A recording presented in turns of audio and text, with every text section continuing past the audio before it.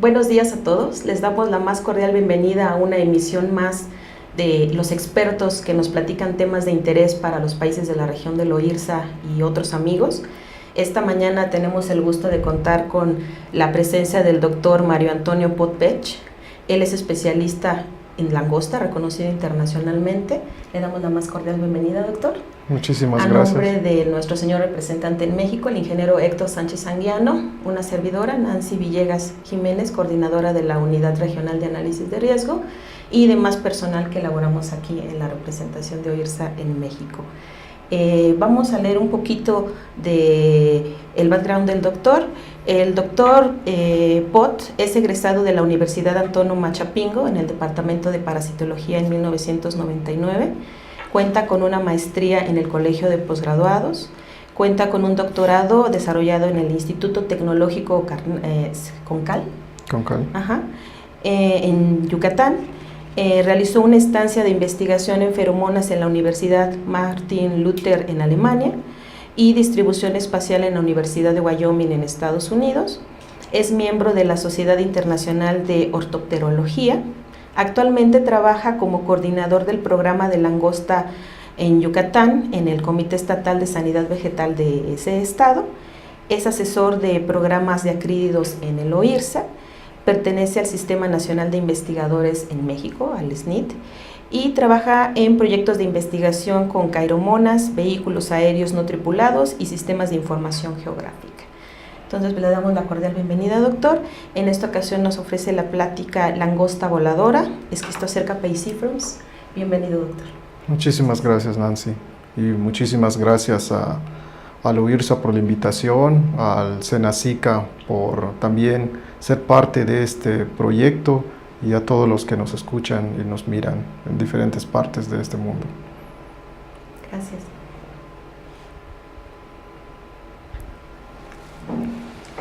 Bien, vamos a iniciar con esta presentación que nos invitaron el día de hoy, que es sobre el programa de manejo de langosta centroamericana, Schistocerca Paecifrons. Y pues muchas gracias, como decía en un momento, por la invitación, y también muchas gracias para los que amablemente nos acompañan el día de hoy. Hoy vamos a tomar diferentes tópicos, comentar diferentes aspectos sobre este insecto. Hablar sobre esta plaga antigua y milenaria nos llevaría bastante tiempo, pero creo que hicimos un resumen aquí, y al final todas las dudas que ustedes tengan a este respecto, con muchísimo gusto los vamos a resolver, o los ampliamos, como decimos aquí en México. Bien, antes de iniciar, me gustaría mencionar en esta parte a una persona que fue muy importante desde el punto de vista de la prevención, identificación y manejo de la langosta en la región de Centroamérica. Me refiero al acridólogo Orlando Astacio Cabrera. Tuve la fortuna de conocerlo en México en 3 ocasiones. Nos acompañó en México, nos acompañó en Tamaulipas también. Recorrimos el campo con él. Él tuvo mucha experiencia en cuanto a langosta. Dejó las bases del manejo de la langosta y la acridología para la región de OIRSA. Afortunadamente documentó bastante de esa información, de la cual estamos retomando mucho de esa documentación. Y pues quería yo empezar de esta manera para darle el reconocimiento que se merece el acridólogo Orlando Astacio Cabrera. Bien, la plática del día de hoy versa sobre 7 puntos. Los 7 puntos parecen muchos, pero realmente los vamos a tocar algunos muy rápidos. Vamos a hablar sobre la clasificación de Orthoptera, las acciones que se hacen en cuanto a la exploración y muestreo, cuyo objetivo es la detección del insecto. El control biológico es el aspecto importante para su manejo con métodos no tóxicos. El control químico, vamos a hablar sobre la incorporación de algunas moléculas, algunos que ya están reportados como resistentes. Después tomaremos un resumen de todo lo comentado. Señalaremos los retos que tiene para estos nuevos años que nos siguen para el manejo de este insecto y algunas conclusiones. Bien, Empezamos con una clasificación de acuerdo a Song en su artículo que recientemente publicó de este año. Él habla de dos grupos importantes, ¿no?, que son los encíferos y los celíferos. Esto me pareció interesante incorporarlo en esta plática para poder tener en contexto en dónde se encuentran las langostas, ¿sí? Orto significa recto y ptera alas, es decir, todo lo que son ortópteros hace su mención hacia insectos con alas rectas. Sin embargo, también hay ortópteros que no poseen alas, que son muy pequeñitos, o los paquetes alares son muy pequeños. Bien, los encíferos son un grupo de insectos que se caracterizan por tener básicamente las antenas largas y el ovipositor expuesto, mientras que los celíferos son donde pertenecen las langostas, son insectos con antenas cortas y el ovipositor no es expuesto, no es tan visible. Aquí se divide en dos infraorden, que es Grylidae, Tetigonidae, Tridactylidae y Acrididae, ¿sí? Que estos a su vez se dividen en 16 superfamilias. Ok, las 16 superfamilias que se clasifican en este grupo. Bien, para comentar en este punto, solamente nos vamos a abocar en la superfamilia Acridoidea, ¿sí? Este superfamilia, ¿sí?, es dentro de los que vamos a abocarnos en estos momentos. Bien, en forma general podemos señalar que los ortópteros, ¿sí?, es un grupo bastante grande, está considerado, y que la gran diversidad, el 22%, se encuentra en Centro y Sudamérica. De ahí le sigue África y así como otras regiones importantes, pero aquí lo que quiero señalar es que es precisamente nuestro continente el que mayor diversidad de especies tiene de ortóptera. Este material lo pueden consultar en el documento recién publicado por el Dr. Song. Para el caso de los encíferos, también Centroamérica y Sudamérica tienen el 24% de las especies y Asia el 25%. Para el caso de los celíferos, donde se encuentra la langosta, igual, Centro y Sudamérica tienen el 20%, Asia el 16%, África el 25%. La conclusión a la que quiero llegar en esta parte es que nuestro continente tiene una vasta diversidad de especies dentro de los ortópteros. Y dentro de la superfamilia Acridoidea nos vamos a referir específicamente a la familia Acrididae, ¿sí? Es importante esto porque a veces mencionamos que el programa de acrídidos, o a veces mencionamos el acridólogo, o decimos los acrídidos. Entonces los acrídidos les llamamos así por pertenecer a esta superfamilia, de la cual es muy vasta. Solo los acrídidos están compuestos de 25 subfamilias, 1.429 géneros y 6.679 especies, de las cuales de estas 6.679 especies, solo unas cuantas representan la importancia desde el punto de vista de las plagas. Bien, dentro de la familia Acrididae vamos a comentar solamente unas cuantas de las cuales nos tienen el día de hoy como tema importante. Dentro de la familia Acrididae hay una subfamilia llamada Syrtacanthacrididae, ¿sí?, de las cuales la especie importante para el continente es sin duda la verdadera langosta, Esquistocerca pisciformes, la cual se encuentra en Centroamérica. Esquistocerca pisciformes peruviana, la cual se encuentra en Perú y Colombia. Esquistocerca cancellata, la cual se encuentra en Sudamérica. Cabe señalar que hay otra especie de esquistocerca, probablemente es la más conocida por el tamaño de las mangas que llega a formar, que es Esquistocerca gregaria, o la langosta del desierto, que esta se encuentra en el norte de África, parte de Asia. Y hay otra familia importante llamada Romaleidae. Aquí se encuentra Tropidacris cristata variedad Dux o Tropidacris dux. Esta se encuentra en Centroamérica, Tropidacris colaris en Sudamérica, algunas especies también de Teinípoda en Centroamérica y Cromacris en Centroamérica. Mi conclusión para esto es que dentro de todo el vasto grupo que tienen los acrídeos, solamente unos cuantos representan plagas de importancia fitosanitaria, y de ahí la importancia de poderlas identificar correctamente, ya que algunas pueden ser sinonimias. ¿Qué es una sinonimia? Es decir, un insecto que tenga, con el paso de los años, haya sido identificado de una forma, pasaron 10 años y se identificó de otra y de otra y de otra, y se sigue utilizando el mismo nombre en diferentes nombramientos, y hay que tomar la última y la más correcta. En esta fotografía podemos observar la verdadera langosta, que es Schistocerca piscifrons. Es en toda Centroamérica. Esta es la más importante, yo creo que la más conocida por todos nosotros. Su importancia está por demás decirlo, ya que esta puede consumir de 6 hasta 20 toneladas de materia vegetal por día.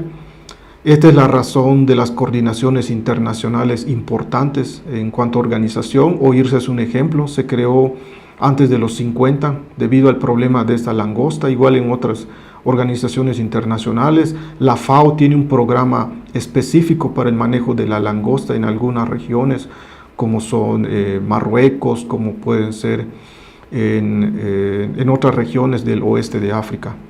Esta es otra especie importante, que es la Schistocerca cancellata. Esta se encuentra en Sudamérica. Hemos tenido la fortuna de estar en este hermoso país, en Argentina, y la hemos visto realmente muy importante de este género. Otra sin duda que es importante, este es un Romaleide, comentamos hace un momento. Este es Tropidacris cristata variedad dux, que está en Centroamérica, o bien Tropidacris dux, que se le conoce, ¿sí? Esta es una especie importante. Otra especie importante hermana, pero ya en Sudamérica, esta es Tropidacris colaris. También ahorita es una especie importante como plaga en Argentina.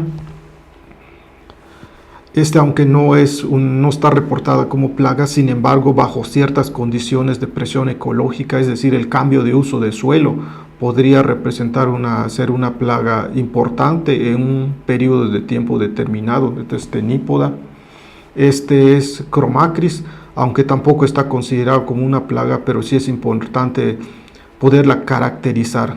Y dentro de los programas que hacemos de monitoreo de langosta, poderlas incluir precisamente para darles un seguimiento y evitar un posible incremento que pudiera representar un riesgo económico.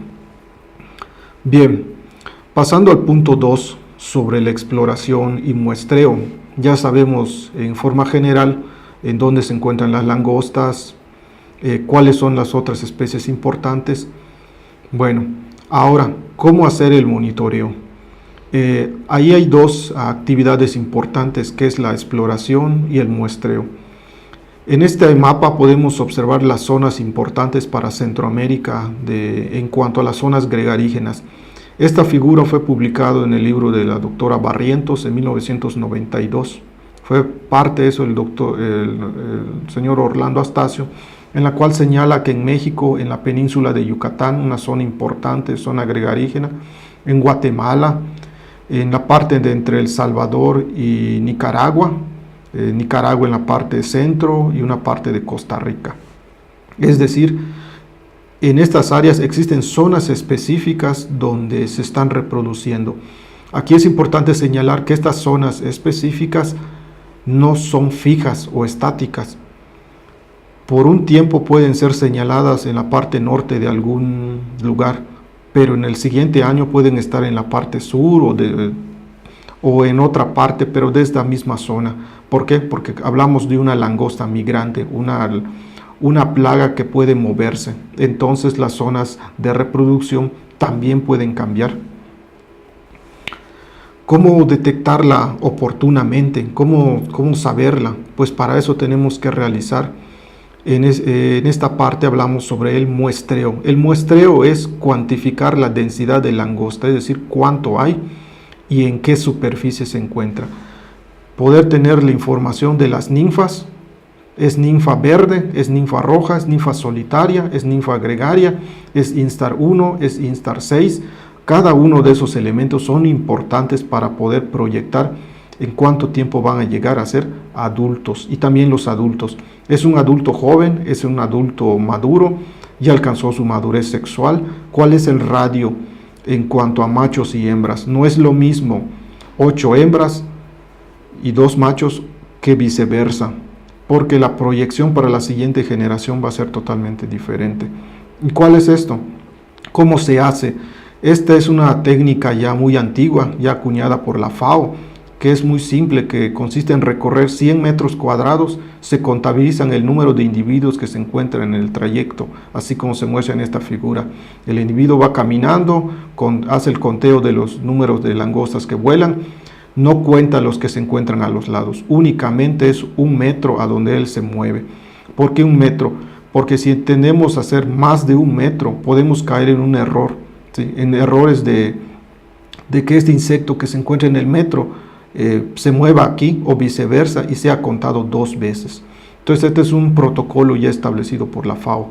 Aquí en esta figura mi compañero David Witts, un oficial de campo, está haciendo el muestreo y tomando las coordenadas a través de un GPS. Ya actualmente se pueden tomar a través de un smartphone para tener este punto. Entonces este consiste el muestreo. Y una vez obtenido, tenemos un nivel, un umbral para tomar una decisión. Tenemos que menor de 10 individuos lo consideramos bajo, un estándar medio es entre 11 a 29 y más de 30 individuos es una infestación alta que requiere el control ya de estas poblaciones. Para esto es importante llevar un contador, un smartphone o un GPS y una lupa para estar haciendo reconocimiento de estos insectos. Voy a poner acá.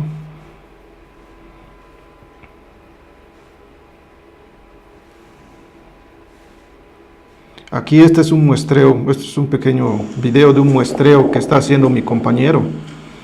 Entonces lo que estamos viendo aquí, se pueden observar las langostas que van volando, ¿no? Que van volando, y ahí hay una cosa que nos llama la atención, que como estas no son zonas agrícolas, son zonas de agostadero, pastos, lo difícil que se hace esto, ¿no? Entonces, aquí te puedes caer si no conoces el terreno, como casi le pasa a mi compañero. Entonces va desplazándose en el área, tratando de no caerse. Si fijan en su mano izquierda, tiene un contador, como les comentaba hace un momento. Ese contador es precisamente para llevar a cabo, como su nombre lo dice, el conteo del número de langostas que van volando. Él se está preocupando por no caerse y tener su pequeña franja de 1 metro. Al final lee lo que le arrojó el contador y toma la decisión. Esto se tiene que repetir en una estación de muestreo 5 veces, ¿sí? Y se realiza al día 8 estaciones de muestreo, ¿sí? Para tener una idea clara de la situación que se encuentra en la región. Otra actividad es la exploración, que la exploración es recorrer una amplia superficie en el menor tiempo posible, de forma general. En la exploración no se hace caminamientos como hicimos en el ejemplo anterior, ¿no? Aquí es únicamente, son recorridos generales, ¿sí? Para dar una idea, pero tiene su función o tiene su objetivo específico. Cuando tenemos una alta densidad como el anterior, no lo hacemos. Esto lo hacemos generalmente para corroborar reportes o bien para detectar desplazamientos de mangas. Aquí nuestros compañeros, vemos en la figura, están coordinados con los vaqueros y están platicando, están intercambiando información, y aquí el vaquero en su caballo le está firmando el formato de prospección antiacridiana. Este es el documento importante base que podemos observar en el lado derecho. El formato de prospección acridiana lo que lleva son las coordenadas, la información, si la ninfa se encontró, cuál era la coloración, qué densidad, y igual que el adulto, la firma del técnico de campo y la firma del productor o el o el vaquero el que esté allí encargado. Finalmente es el producto del recorrido. Aquí podemos observarlo ubicando exploración de manga. Aquí el compañero está viendo a través de miralejos. Este se subió a una parte que se podía observar correctamente. Para lo que estamos viendo es esto: poder detectar oportunamente un desplazamiento de mangas antes de que llegara un cultivo. En pocas palabras, una intercepción de las mangas. Bien, para esta parte es súper importante poner en la mesa cuál es la biología de la langosta desde una perspectiva de vigilancia. Hay que señalar en el lado izquierdo todas las partes que componen a la biología, como es la ninfa, el adulto, las mangas, migración, cópula, oviposición, y el lado de derecho, los meses. Podemos observar en rosado, ¿sí? Vamos a empezar por los azules para hacerlo más fácil. Tenemos que en azules se encuentra la primera generación. Junio y julio son las ninfas y en agosto y septiembre son los adultos. Ahí vienen las mangas y la migración. Actualmente estamos observando modificaciones a esto. En la península de Yucatán estamos hablando de que apenas vamos a entrar en septiembre y ya tenemos cópula. Miren, aquí estaba en blanco, ya tenemos oviposición. Y en algunas zonas incluso ya tenemos ninfas de la siguiente generación. Y miren, está proyectado hasta octubre y ya los teníamos proyectados en agosto. Es decir, está habiendo un adelanto de la generación. Este esquema es de referencia que se puede adelantar o se puede atrasar dependiendo de las condiciones ambientales, sobre todo precipitación. A partir de octubre en general tenemos ya la segunda generación que va a finalizar hasta mayo, ¿sí? Entonces la primera generación es la más corta, que dura 4 meses, y la segunda 8 meses. En esta generación para nosotros es muy importante porque en esta época es cuando se siembra maíz de temporal. Entonces está el área muy susceptible ante el posible daño que pueda tener el cultivo debido a la presencia de la langosta. Y en esta segunda generación también es importante porque pues ya se multiplica. Aquí hablamos de una hembra en enero, que en general da 70 huevecillos una hembra. Si tomamos en cuenta que el 50% fuere machos y las 50 hembras, entonces multiplicando los 40 por 70 nos sale 2.450 langostas al final de año. De ahí la importancia de realizar un manejo preventivo desde las primeras épocas. Desde la perspectiva de la vigilancia, personalmente creo que habría que clasificar al manejo de langosta en 3 etapas. La primera de enero a mayo, la segunda de julio a septiembre y la tercera es de octubre a finales de años, ¿sí? Los controles tienen que iniciar desde que también inicia el año para reducir las poblaciones en las siguientes generaciones. Desde ahí la importancia de tener muy bien identificado estas etapas que, como les comentaba hace un momento, puede adelantarse o puede retrasarse dependiendo de las condiciones ambientales.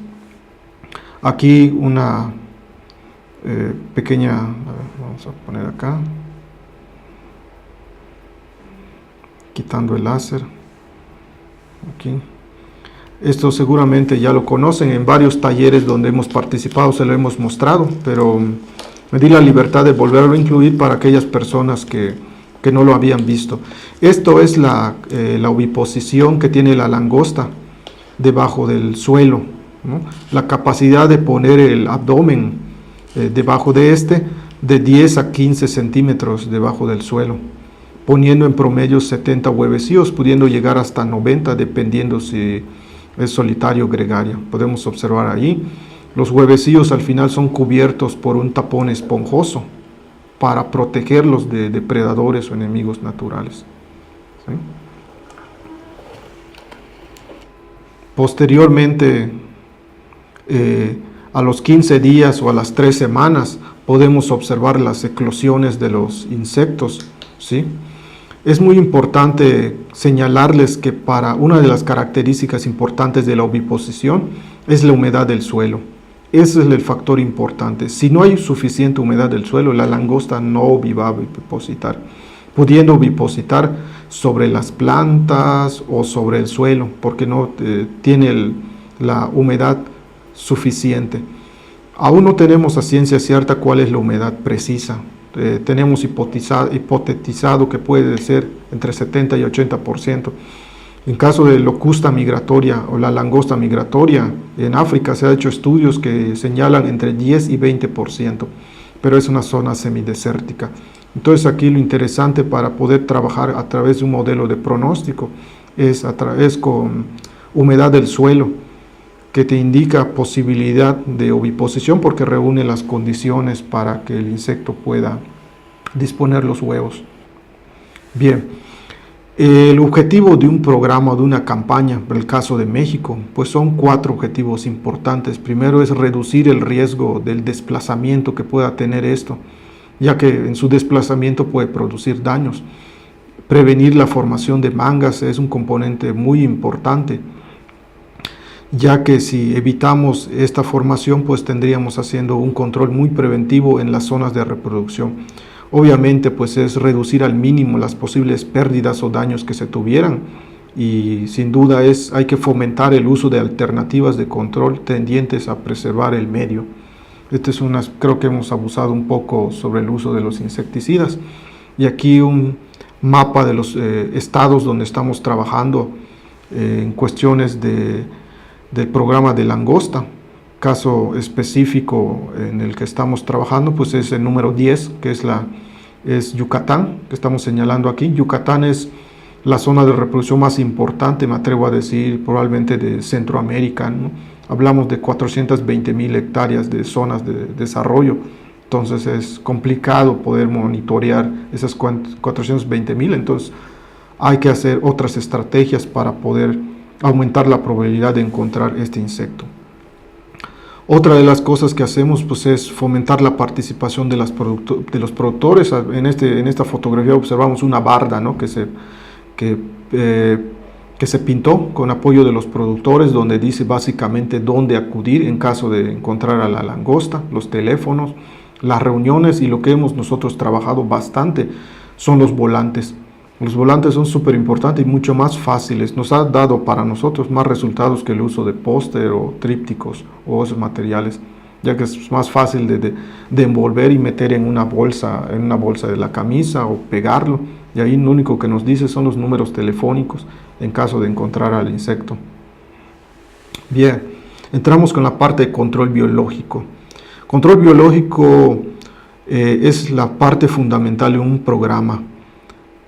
Pienso que los programas que aún no adaptan el control biológico, es muy complicado poder realizar el manejo preventivo sin este componente, ¿sí? Porque este componente, aparte de que ya sabemos de las ventajas que tiene al ser inocuo, podemos trabajarlo para que permanezca en el ambiente y esté regulando o autorregulando las poblaciones del insecto.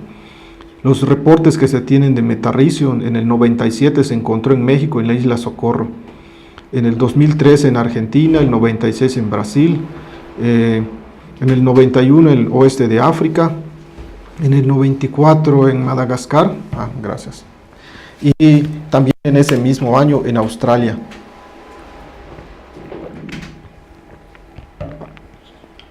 ¿Sí? Es decir, este insecto, Metarrhizium acridum, es un entomopatógeno cosmopolita, es decir, se encuentra en muchas partes del mundo, autorregulando las poblaciones de langosta. Y nosotros lo estamos empleando en nuestros programas de manejo de la langosta. Estamos utilizando de 2 a 4 por 10 a la 12 conirios por hectárea. Esto significaría alrededor de 25 a 50 gramos de espora pura para una hectárea. Se ha trabajado desde el 97 en investigaciones del doctor Hernández junto con Berlanga del Centro Nacional de Referencia y Control Biológico en el aislamiento. Desde aquel entonces se está trabajando y se tiene que en caso de ninfas a los 7 días se ha tenido mortalidad hasta el 90%, en adultos alrededor del 93% a 32 grados centígrados. Aquí podemos observar las fotografías de los efectos tanto en ninfas como en adultos. Se han hecho estudios de bioseguridad y se observan que no hay prácticamente problemas con esto. La doctora Torriello en el 2009, hizo estos estudios de sensibilidad cutánea y otros estudios de patogenicidad y toxicidad gástrica, y su conclusión fue que es totalmente inocuo para el humano y pudiendo ser empleados sin ningún problema para el manejo de este insecto. Las aplicaciones aéreas que hacemos ya en la parte operativa, podemos observarlos aquí. Empleamos atomizadores Micronair AU5000, como vemos aquí. Aquí están las esporas en las fotografías, en esta bolsa de aluminio. Son aplicadas en aceite, como podemos observar aquí. Los Micronair son calibrados previamente para hacer una aplicación exitosa. ¿Cuál es el mecanismo de acción de este insecto? De este entomopatógeno en forma general. En el 1 podemos observar que llega la espora, en el 2 ya empieza a emitir el tubo apresorio, en el 3 ya penetra dentro de la cutícula del insecto, se desarrolla, produce blastosporas y otros metabolitos secundarios. Posteriormente ya esporula ya por fuera y ya se puede observar lo que ya vemos de forma externa, como en estos casos, ¿bien? En adultos, casos de adultos que ya podemos observar la esporulación del hongo en color verde, muy típico. Un caso de Bauveria, como esta fotografía, en color blanco, este es el caso de adulto, y en esta fotografía el caso de las ninfas, ¿sí? Es decir, estos entomopatógenos ofrecen un potencial muy alto para el manejo preventivo de la langosta. Y aquí algunos ejemplos de la evaluación que se ha hecho de metarricium sobre chapulines y langostas en campo y laboratorio.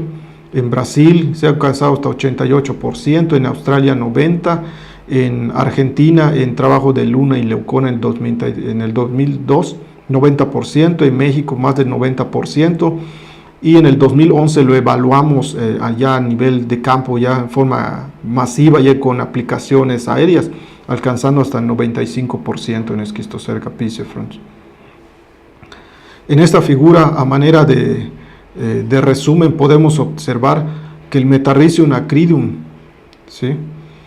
Reduce la población a partir del segundo día y se agudiza esta entre el sexto y séptimo día. Podemos observar aquí cómo las aplicaciones de Metarricium se van reduciendo el porcentaje de sobrevivencia de los bandos, y en contraste con el testigo, que se mantiene alrededor del 100%, mientras que con las aplicaciones del hongo, y a las 2 semanas ya es prácticamente menos del 20% de sobrevivencia. ¿Y con qué aplicamos? Pues las aplicaciones con aceite son más efectivas que con agua. Podemos observar aquí. Citrulina aquí en este experimento se utilizó citrulina. Este aceite es mineral, sin embargo también se puede utilizar con aceite vegetal. Podemos observar en este experimento cómo el porcentaje de mortalidad aumenta cuando es aplicado con citrulina. Miren, podemos observar aquí. En cambio, cuando es aplicado el hongo con agua, el porcentaje de mortalidad es alrededor de la mitad. ¿Por qué? Porque el aceite ayuda a proteger a la espora de la deshidratación, de los rayos UV, 1. Y 2, mantiene adherido a la espora, a la vegetación, porque si no, puede haber una lixiviación de la espora del hongo al suelo, ¿sí? Entonces ofrece muchísimas ventajas el hacer las aplicaciones en aceite. En Yucatán, estas son las superficies que hemos hecho ya masivas de aplicación de control biológico, pero estos picos grandes que tenemos pues son debido a aplicaciones aéreas que hemos hecho con los atomizadores Micronair. Aquí podemos observar las ninfas, ¿no?, que comentamos hace un momento, y aquí podemos ver el aceite que estamos empleando aquí. Aquí está el gerente del comité, el ingeniero Ricardo Munguía, peleándose con los bidones de aceite para hacer las aplicaciones de este entomopatógeno. Otra técnica que estamos modificando para poder hacer las aplicaciones y hacer más superficie es a través de bandos. En inglés le llaman un sistema RAT, que nada más que consiste en hacer aplicaciones en una franja sí, una franja no, una banda sí, una banda no, ¿sí? Entonces la banda no aplicado ofrece muchas ventajas, como cuáles. En estas zonas no aplicados, pues es una zona de reserva de enemigos naturales que finalmente van a regular las poblaciones de langosta, tanto de áreas no tratadas como de áreas tratadas. ¿sí? Y además las langostas que se encuentran en esta área no tratada van a moverse al área tratada de alguna manera y van a morir con este insecto. Esa técnica la utilizan mucho para el control de chapulines en Wyoming. De ahí lo vimos, que lo estaban utilizando masivamente, desarrollado por la Universidad de ese estado con el doctor Alexander Lachininsky, y pues hemos estado trabajando con este respecto. Bien, ahora vámonos al control químico. El control químico debe ser la última vía para hacer el manejo de este insecto. Hay que tener cuidado, hay que tener reserva en esto. No existen muchos insecticidas que estén documentados para eso. Existen pocos, pero pienso que pudiendo manejarlos adecuadamente serían suficientes para eso, porque existen diferentes escenarios. No es lo mismo controlar en pasto que en zona ganadera, perdón, en pasto, zona urbana, zona forestal. Entonces la langosta es la única que tiene esa facilidad de que hoy se encuentra en un pasto y que sea combatido de forma agrícola. Mañana ya se encuentra en zona urbana y hay otra forma. Y pasado mañana ya se encuentra en un área forestal, lo cual requiere otras consideraciones. Aquí nada más tomé algunos cuantos y voy a hacer algunas consideraciones. Al final, dudas, con muchísimo gusto. Malatión. El malatión lo estamos considerando aquí porque sabemos que en la región de Centroamérica todavía se utiliza, ¿no?, el uso de esto. ¿Por qué? Porque se utiliza también para otros insectos. Entonces el malatión lo estamos recomendando nosotros por los resultados que hemos visto en campo en ninfas pequeñas de N1 a N3 en una aplicación directa en dosis de 9,25 gramos de ingrediente activo o mililitros de ingrediente activo por hectárea, y los efectos son de 4 a 48 horas. No lo recomendamos en ninfas de últimos instares y adultos, ya que hemos observado tolerancia en campo. Hay algunos reportes ya documentados que existe resistencia del malatión en campo, ¿sí? Ya perdón, voy a tomarme 2 segundos. Existen ya reportes documentados en locusta migratoria o en algunos otros acrídeos donde ya se observa resistencia al malatión por algunos acrídeos. Entonces es nada más tener cuidado para hacer las aplicaciones de forma temprana. Otro que sí estamos desarrollando ya, que esto se utiliza ya mucho en Asia, son los reguladores de crecimiento, o llamados IGR por sus siglas en inglés. Este impide la síntesis de quitina o desarrolla una mala muda. Aquí, como podemos observar en la fotografía, la ninfa está mudando y aquí está saliendo ya el mismo insecto en el proceso del rompimiento de la cutícula. Los reguladores de crecimiento son el diflubenzuron, el teflubenzuron y el triflumurón. Son los empleados en programas de langosta. La cantidad de emplear son 25 a 30 gramos de ingrediente activo por hectárea en una aplicación directa. Este tiene la gran ventaja de que se puede aplicar en barreras. Esto es lo que queremos aprovechar, que se utiliza de 75 a 100 gramos de ingrediente activo por hectárea. En esta figurita que hicimos, estos círculos, digamos que son los bandos de langosta. La dirección es hacia aquí. Entonces lo que estamos haciendo es desarrollar una franja de 100 metros. ¿Sí? Barrer aquí 100 metros. Y en toda esta parte hacer aplicaciones del regulador de crecimiento, ¿sí?, en esta parte, a 100 gramos de ingrediente activo aquí. Aquí es muchísimo lo que aplicamos, pero cuando se esté desplazando el insecto, entonces se va a alimentar de esta vegetación que ya está aplicado con el regulador de crecimiento. ¿Cuál es la ventaja? Que no estamos aplicando de uno por uno los bandos o toda el área tratada, que es demasiado grande. Esta técnica ya lo estamos desarrollando, ya la estamos aplicando en Yucatán. Pues es una técnica ya desarrollada por la FAO en programas de langosta en África y Asia, porque tiene las bondades de que vamos ganando tiempo. Se emplea ya cuando ya estamos en una etapa ya de contingencia, donde tenemos gran cantidad de bandos, y hacemos esta aplicación.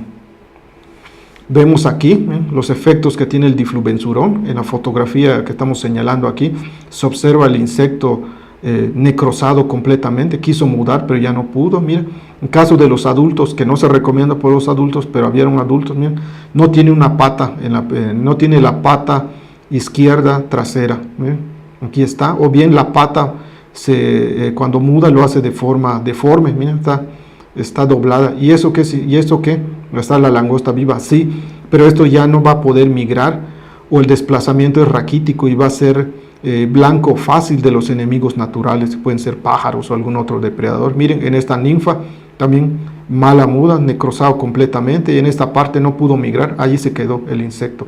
Es decir, los reguladores de crecimiento ofrecen un gran potencial para ser utilizados en un manejo preventivo del insecto, pero hay que tener cuidados en esta parte, ya que también pueden afectar a organismos acuáticos, por ejemplo, algunos camarones, por ejemplo, ¿no? Y que mudan, entonces puede tener algunos efectos. Entonces nada más habría que tener los cuidados como cualquier otro producto. Otro empleado es el fipronil. Lo recomendado son 2 gramos de ingrediente activo por hectárea en aplicación directa, o bien en barreras también, como en el caso del diflubenzuron, de 4.2 gramos de ingrediente activo por hectárea, ¿sí? Y la gran ventaja es que tiene un efecto de contacto e ingestión. Aquí es muy residual este producto, y hay que tener cuidado también porque afecta a polinizadores, también puede afectar a artrópodos acuáticos. Aquí dice que camarones, pero no, era para el caso del diflubenzuron, ¿no? Entonces aquí nada más tener mucho cuidado también con el fipronil, sobre todo por el efecto que pudiera tener sobre los polinizadores, y afecta tanto las ninfas como los adultos.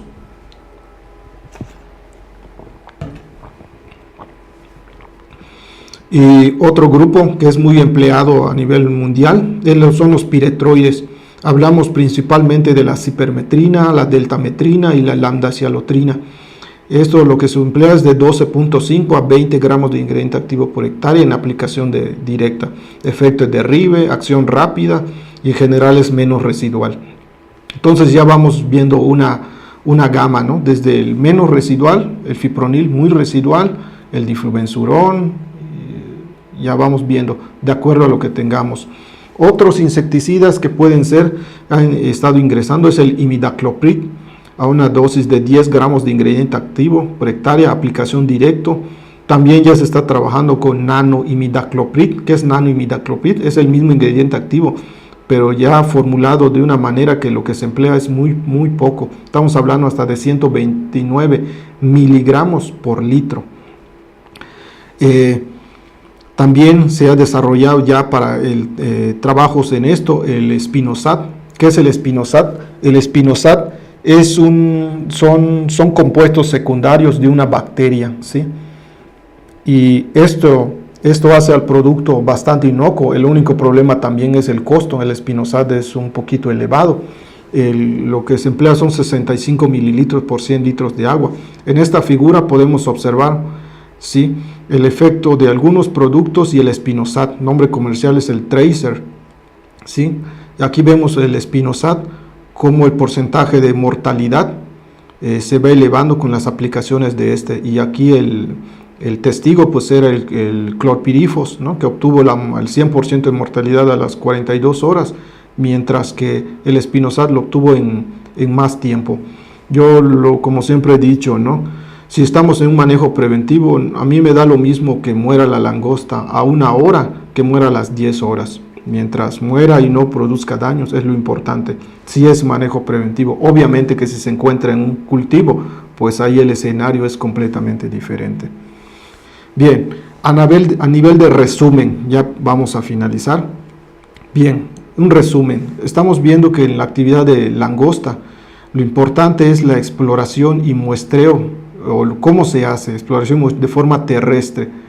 Bien, si hay baja densidad, es como un resultado, pues seguimos nosotros trabajando en el muestreo. Si hay una densidad media alta, pues entramos en el control biológico o químico. Aquí, ¿cuál es el detalle? Que actualmente lo estamos haciendo de forma tradicional, la mayoría de las veces es forma terrestre. Ahí se explora hasta donde lleven los caminos, se controla lo que se ve. Aquí en esta figura hice un pequeño trato de ejemplificar. Lo que vemos aquí es un camino como cualquiera. El técnico se baja y hace aquí una estación de exploración o de muestreo. Toma la información, sube al vehículo, se mueve, vuelve aquí, hace otra estación de muestreo, sube, o bien puede hacerlo más corto, más largo, pero el principio es el mismo. Otra estación de muestreo, va, se mueve, otra estación de muestreo. Para nuestro caso lo hacemos 8 veces, ¿no?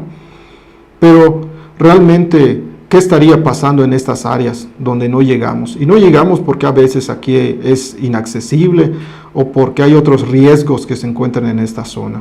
Esa es la gran interrogante. Aquí vienen los retos entonces, ¿sí? Hay que caracterizar los biotopos, ¿sí? A través de imagen satelital y aérea, ¿sí? Este es el reto.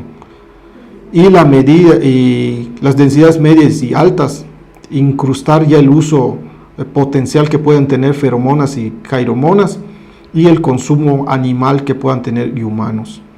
Reto de uso de imagen satelital como una nueva forma para encontrar zonas de posible presencia de langosta. Veamos esta figura que hicimos para el caso de, esta es una imagen general, es una imagen Landsat para la península de Yucatán. Aquí tenemos los NDVI que obtuvimos con densidad de langosta. En blanco están los bajos, en verde, perdón, en bajo los nulos, no hubo langosta, en verde los bajos, en amarillo los medios y en rojo los altos. Ya lo proyectamos así. ¿Y qué significa? En esta figura observamos que el NDVI, donde no se encuentra la langosta, está alrededor del punto 4. Los problemas empiezan cuando el NDVI está alrededor de punto 43, 44, que es nivel de infestación medio y alto, bajo y medio, y el NDVI de alto es alrededor de punto 49. ¿Qué significa? Que muy seguramente en los lugares donde no hemos ido a caminar porque es inaccesible, en todos los sitios donde encontremos con un NDVI de punto 45, seguramente está la langosta y tendríamos que estar enfocando esos sitios que no hemos ido, pero que la probabilidad es alta de encontrarlos, porque el NDVI en la imagen satelital eso nos está indicando. Bien, ese es el reto que estamos trabajando. Y aquí les vamos a mostrar un video que estamos también trabajando con vehículos aéreos no tripulados. Este es un video donde estábamos nosotros caracterizando una manga que posó y podemos observar ya desde ahí, los que están familiarizados con la forma de los insectos, cómo se ven ahí. Miren, ese árbol que está completamente lleno de mangas, es una manga que está allí en ese árbol. Está el band bajando, estamos también ahí midiendo varias cosas, ¿no? Pero ahorita vamos a observar en cuanto baje, observamos ya las dimensiones. ¿Qué otro uso podemos darle al band? El control de calidad del control químico. Como estamos de forma terrestre, pues tenemos una visión. Podemos decir, ya controlamos el 80%, pero no, probablemente era el 20%, porque estamos hablando de que estamos controlando durante la noche.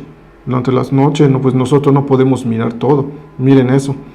Esa es una manga de langosta, ¿no? Eso es un video tomado con el band, ¿no? Entonces es eso lo que estamos trabajando, tratar de innovar y meter otras formas de manejo del insecto.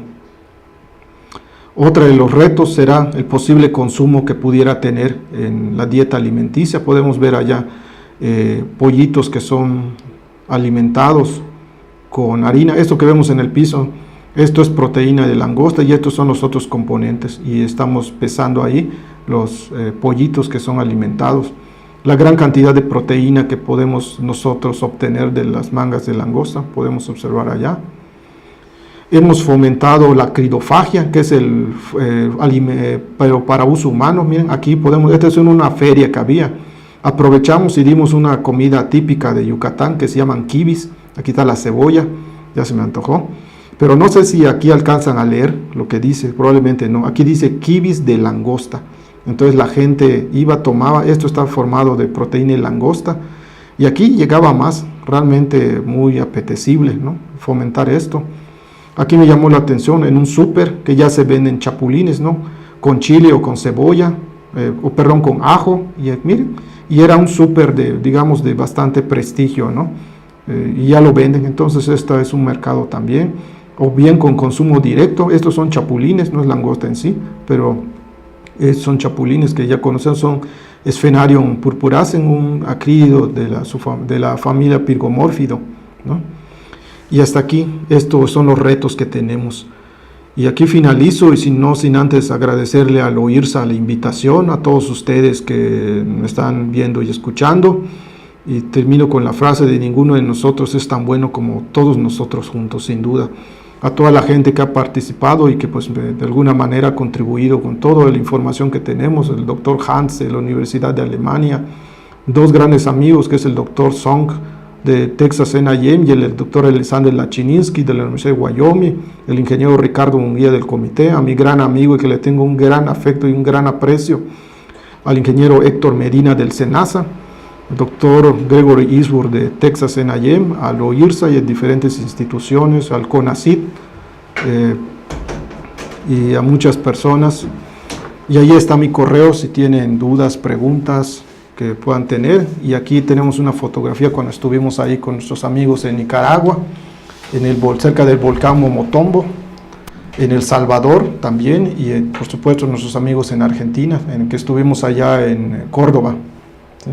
De mi parte es todo y muchísimas gracias.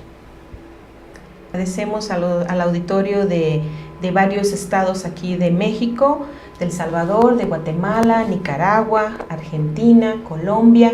Les agradecemos mucho su participación en esta sesión.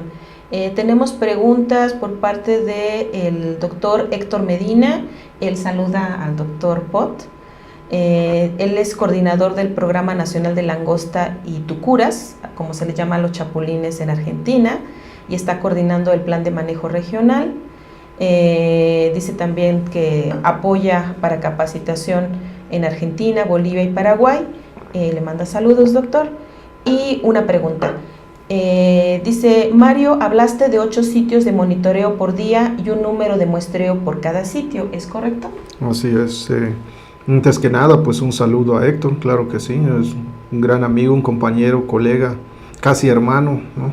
Ahí en Sudamérica. Es correcto, Héctor. Lo que estamos haciendo para eficientar el tiempo es que escogemos 8 sitios de monitoreo, ¿sí? 8 lugares para hacerlo.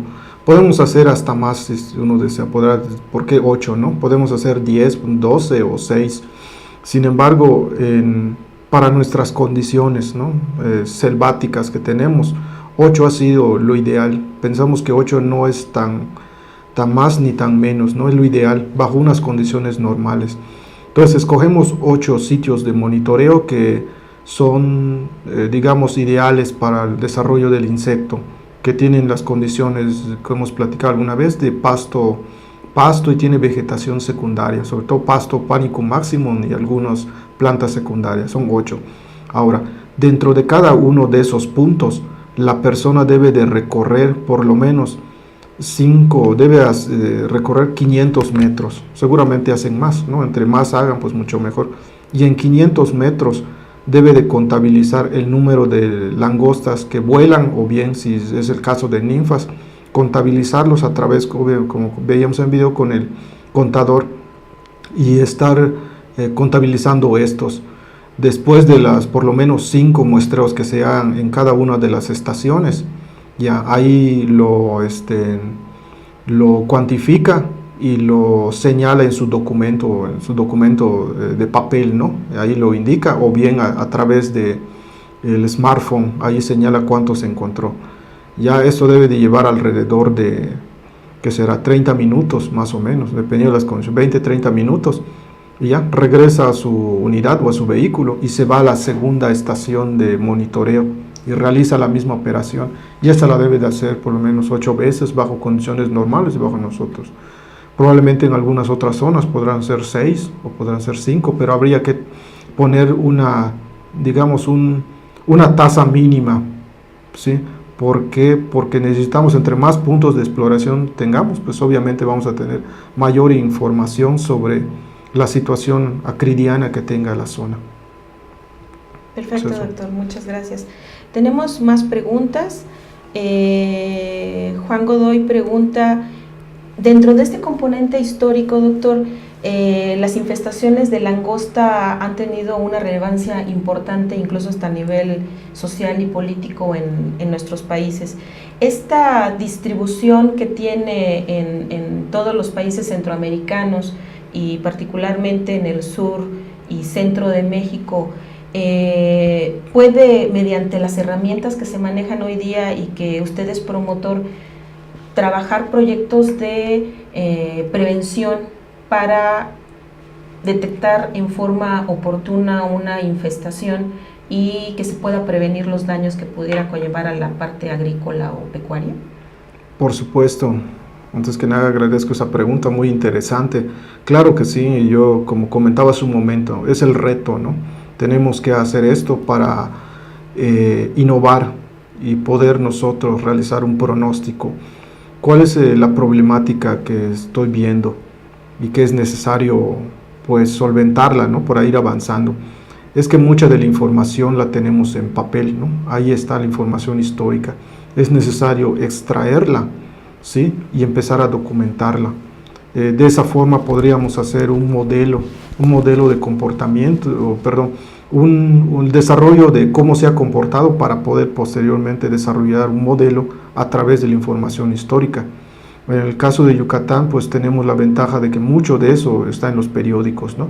Otra está en los informes, pero hablando de información de hace 50 o 70 años, la podemos obtener de otras fuentes, pero con mucha paciencia, ¿no? Mucha paciencia porque eso tendrás que consultar periódicos de hace 50 o 70 años, pero ahí están las fuentes y personas que también han operado en los programas para ir armando este rompecabezas y poder pronosticar.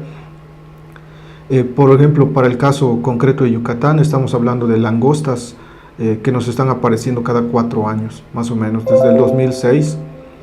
Nosotros le llamamos langostas mundialistas, ¿no? Porque cada vez que hay un mundial ya decimos, oh my God, lo que nos viene. Este año no fue la excepción y estamos trabajando intensamente. Entonces, eso es para el caso específico de la langosta. Para otros acrídidos, habría que consultar todo ese comportamiento histórico para poder nosotros hacer algo relevante como lo que comentan, ¿no? Entonces, sí es algo que se puede hacer y debemos de hacer. Muy de acuerdo, doctor. Comentábamos tras líneas que existe una coordinación internacional que agrupa expertos de diferentes países para detectar estrategias que puedan ser aplicadas en forma común para la detección oportuna y para el manejo de infestaciones de langosta, ¿verdad, doctor? Sí. Afortunadamente, por los problemas que se han tenido de daños en langosta, se ha tenido diferentes eventos internacionales de langosta, incluso la misma Sociedad de Ortotorología tiene eventos internacionales para conocer la situación de langosta en el mundo. El anterior fue en Brasil, donde tuvimos la fortuna de participar en el Congreso, y el siguiente año es en Marruecos. Y bueno, lo que hacemos allí es analizar las perspectivas, cuál es la situación actual, las perspectivas y cuáles son las investigaciones que se tienen. Sin embargo, también existe una red, otra red internacional que se llama la Iniciativa Global de Langosta. Esta iniciativa fue proyectada este año, en marzo, en la Universidad Estatal de Arizona. Entonces, con toda esta red donde están involucrados tanto investigadores, operadores, financiadores de la campaña, hablamos específico de la FAO y demás. Entonces, estar allá realmente es algo interesante porque escucha uno las experiencias, desaciertos, porque así lo mencionan, y cosas importantes que han ocurrido. Estamos hablando de que, para tener una idea de lo que ocurrió en los últimos años, pues Yucatán 2016, y ahorita hablamos de 2014 y 2018. Tuvimos también El Salvador, Nicaragua, Argentina tuvo sus problemas, pero también Marruecos en África, una parte de Rusia, estamos hablando de una parte también de Israel en el Mar Muerto. Entonces han resurgido esos brotes de langosta. a pesar de que está en el otro continente, es muy importante tener una red de información para saber qué realmente está pasando y qué estrategias se están haciendo, ¿sí? Y sobre todo las tendencias hacia dónde van. El uso de imagen satelital, los sistemas de información geográfica es una herramienta importante que yo pienso en lo personal que únicamente hace falta un poco de capacitación para poder nosotros ya ir empleando esta herramienta súper importante. De acuerdo, doctor. Como el resultado del cambio climático, los que somos creyentes y a lo mejor los que no, se ha visto que sí, mediante la documentación de datos, se puede determinar que estas especies que son constituidas como plagas muy importantes en aspectos económicos o sociales, son afectadas por diversas condiciones. Las especies que tenemos nosotros en el sureste de nuestro país y particularmente en la zona centroamericana, pues están influidas mucho por diferentes condiciones climáticas, ¿verdad? El niño, la niña, depresiones, condiciones de sequía, etcétera. Doctor, la pregunta concreta es si se ha documentado toda esta variabilidad de factores para poder establecer predicciones sobre sitios donde se van a llevar a cabo zonas gregarígenas en la región centroamericana y en México. Claro que sí, existen antecedentes sobre eso, se han desarrollado antecedentes de diversas instituciones, el mismo Senacica en México, la Universidad de San Luis Potosí ha trabajado bastante sobre estos proyectos de investigación. Ahora, el efecto que hemos estado analizando es de que efectivamente la sequía es un factor importante que está promoviendo la gregarización de la langosta al siguiente año. En análisis que hicimos de 60 años en retrospectiva, vimos que si en un año previo existe 5 meses de baja precipitación más 3 años de alta precipitación, 3 meses, los últimos 3 meses de octubre, noviembre y diciembre, alta precipitación, esto es igual a un brote de langosta para el siguiente año. O sea, esos dos factores son importantes. Y también estamos viendo que las temperaturas altas están promoviendo, las temperaturas máximas que se están registrando en ciertos años, están promoviendo la presencia de otros acrídeos, por ejemplo, Tropidacris. Ya llevamos analizando información de esto y es lo que estamos viendo en las tendencias para América. Alta temperatura y es igual a que posible presencia. Ahora, estamos también con un proyecto que tenemos con Senacica, precisamente de un análisis en retrospectiva para sacar en específico estas variables climáticas, un análisis más completo en lo que ha sucedido y sin duda esto nos va a ayudar bastante para poder hacer procesos de mejora en el Programa Nacional de Langosta. Perfecto, muy bien. Entonces está un trabajo muy estrecho de vinculación con autoridades fitosanitarias de los diferentes países, de manera que aprovechen las herramientas y sobre todo los datos que se están generando para la predicción de posibles zonas de riesgo, ¿verdad? Así es aprovechar toda esa información que tenemos para poder desarrollar un modelo. Perfecto, muy interesante, doctor. A mí en forma personal le comentaba que me llamó mucho la atención que se están haciendo pruebas para divulgar que la proteína animal que tiene, la calidad de proteína animal que tiene las langostas, pues es adecuada y inocua para el consumo humano y consumo animal. Entonces es también como que una oportunidad de cosecha, de infestaciones de langosta para introducirla como alimento para consumo. Entonces es bien interesante, me llama mucho la atención. Así es, la langosta en general tiene 63% de proteína cruda, ¿no? Y ese término pues está acuñado como la acridofagia, ¿no? Que es el arte de comer los acrídidos. Y para otras partes del mundo, comentaban precisamente hablando de esta red, los amigos de Argelia, por ejemplo, ellos nos mostraban su menú que tienen con los acrídidos. Y yo casi les muestro lo de la cochinita pibil ya incrustado también las langostas y bueno, ahí estábamos intercambiando recetas. Pero más allá de eso, para otros países incluso nos comentaban que la langosta es una bendición, que ya no lo ven como plaga, porque de ahí colectan y existen los mercados locales en África donde se está vendiendo eso. Se vende ya desde el huevo, la ninfa y el adulto, dependiendo cómo lo quieran. Y entre más pequeños son más caros. Los huevos son más caros. De ahí le siguen las ninfas y los más económicos son los adultos. Y en México pues estamos promoviendo también su posible consumo, ya aunque fuera para aves o para animales. Ya posteriormente ya podría ser ya para humanos. Pero sin duda es una oportunidad, una fuente de proteína invaluable que estamos dejando ahí. Dejando de consumir, desaprovechando ese recurso. Una pregunta, doctor Gustavo. Dice, ¿por qué se sigue utilizando productos organofosforados como malatión, paratión para el control de infestaciones de langosta? Sí, bien. Como comentábamos hace un momento, hay un abanico ahí importante de insecticidas, ¿no?, que tenemos allá. Tenemos comentábamos hace rato, desde el espinosad, el imidacloprid, fipronil, malatión y otros organofosforados. En la presentación empezamos a incluir con el metarricium. Todo esto es un proceso, por decir, ¿no?, del 1 al 5. Entonces, para empezar, iniciamos con el metarricium, con el reguladores de crecimiento, y así nos vamos con las moléculas. La pregunta es muy buena, porque no olvidemos que los insecticidas pues son la última etapa que debemos de emplear para el manejo de estos insectos. Pero ¿cuál es la problemática que se tiene, para responder en concreto la pregunta? Que los programas de langosta controlan lo que ven, y lo que se ve es lo que se hace desde el punto de vista preventivo. Hay muchas otras áreas que se tienen langosta y que no se alcanzan a visualizar.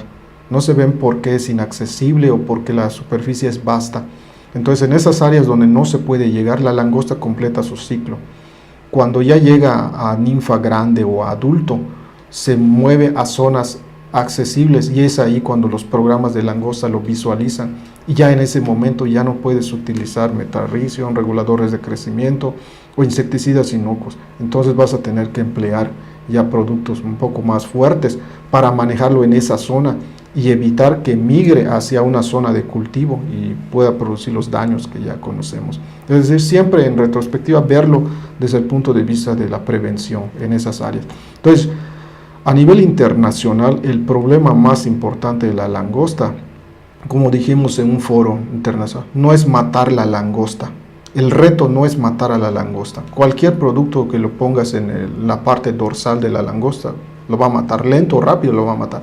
¿Cuál es el problema? El problema real es detectarla con oportunidad. Ese es el reto. El personal de campo, ¿qué es lo que hace?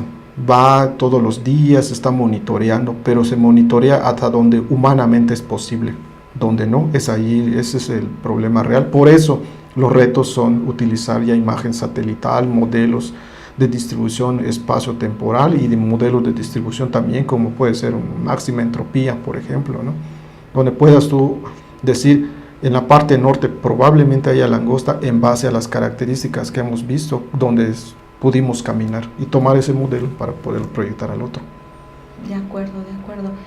Comentarles también que la constitución del OIRSA en la década de los 50 estuvo condicionada con la colaboración justamente para atacar en forma conjunta infestaciones de langostas que se estaban dando en nuestros países centroamericanos. Y desde entonces a la fecha un historial de un poco más de 70 años para el control y manejo de esta importante plaga que es cíclica y que ocurre año con año en algunos de los países de la región. De manera que estas actividades de prevención son sumamente importantes, y mediante la campaña permanente para la detección oportuna se pueden atacar problemas que pueden constituirse en cosas más serias, ¿verdad, doctor? Así es. Acabas de comentar un punto importante, que es eso, es la detección oportuna. De ahí va a venir el éxito o fracaso de un programa. Entonces esto es un pequeño rompecabezas, y esto es multidisciplinario, es multivariado, y tiene que tener este enfoque de tener diferentes opiniones y poderlo armar el rompecabezas poco a poco, y ya para poder nosotros tener un buen programa, incorporando nuevas estrategias de manejo y de detección. De acuerdo, de acuerdo.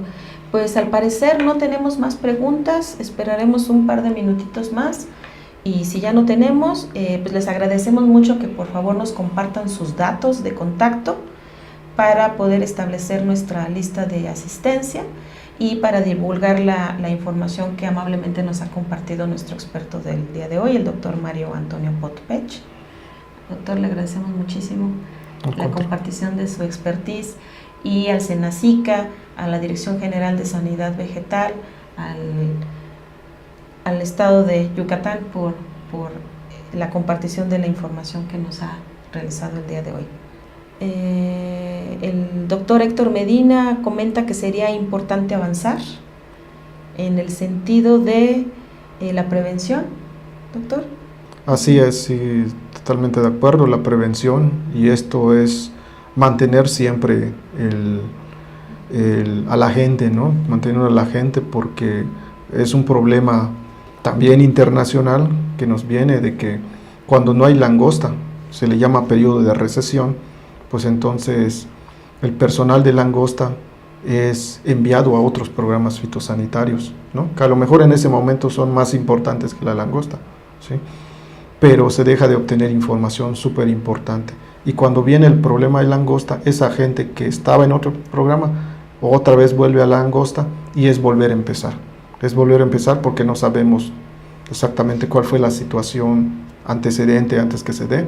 Y eso realmente es un problema porque te llega a actuar, quiere uno actuar en días cuando realmente muchas cosas se dejaron de hacer. Y esto es un problema mundial, esto pasa en todos.